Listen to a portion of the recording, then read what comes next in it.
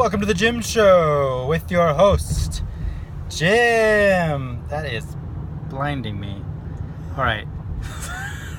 So, what I want to talk to you about today is family. Because I'm with family over this weekend, experiencing being with my parents and my younger brother and his family.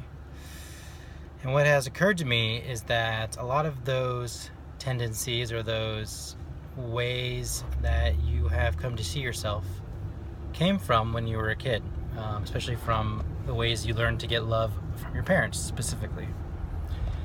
Which reminds me of my tendency to want to eat everything and clear my plate and say, look at me, I'm so good at doing that, which is happening while I'm here. So what's interesting about this is those things really tend to come out and show themselves when you're around those people. Something else that I think we all struggle with is this idea that somehow we have to put up with family, like we have to subject ourselves to being around them, even if they're a negative influence or people that put us down, don't support us in our goals. But the reality is that family is no different than anybody else, in your life. And if they're part of a social circle that isn't going to support you and help you move forward and is going to hold you back and be negative and complain or say that the dreams you have are stupid and that you should keep your job or whatever it is that you're doing, you should stay in a marriage that you don't like, stay at a job that you hate or whatever, because they're scared.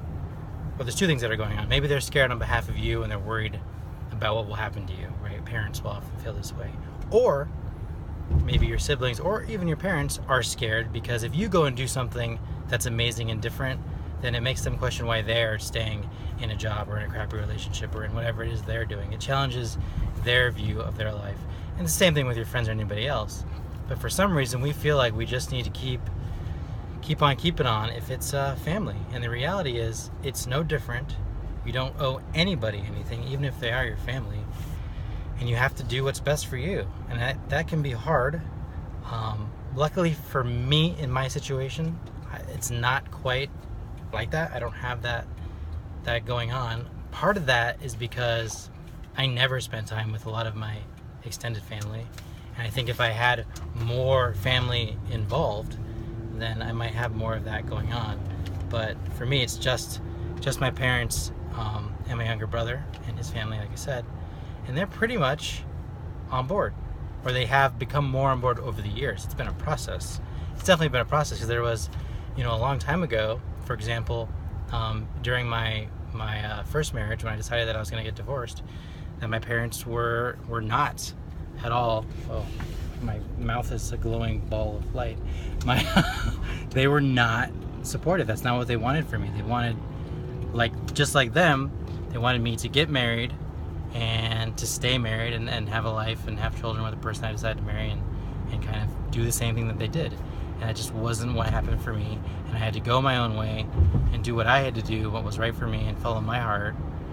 And I didn't, I just had to do it, despite the fact that they might have been disappointed or unhappy or it wasn't what they wanted for me. I had to do what I knew I needed to do.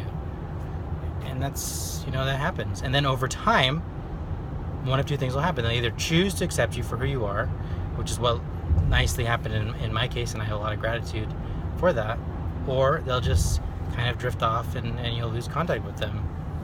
And that's what happens, and it's really, you can't be upset about it. I mean, you can, but it's not going to help you. And you just have to keep moving forward and do what you got to do. And if family drifts away because of it, well, that's life, right? But you have to be true to you. You have to follow your heart, and you have to do what it is you believe in, whether or not your family agrees and whether or not they support you. So, I'll see you tomorrow.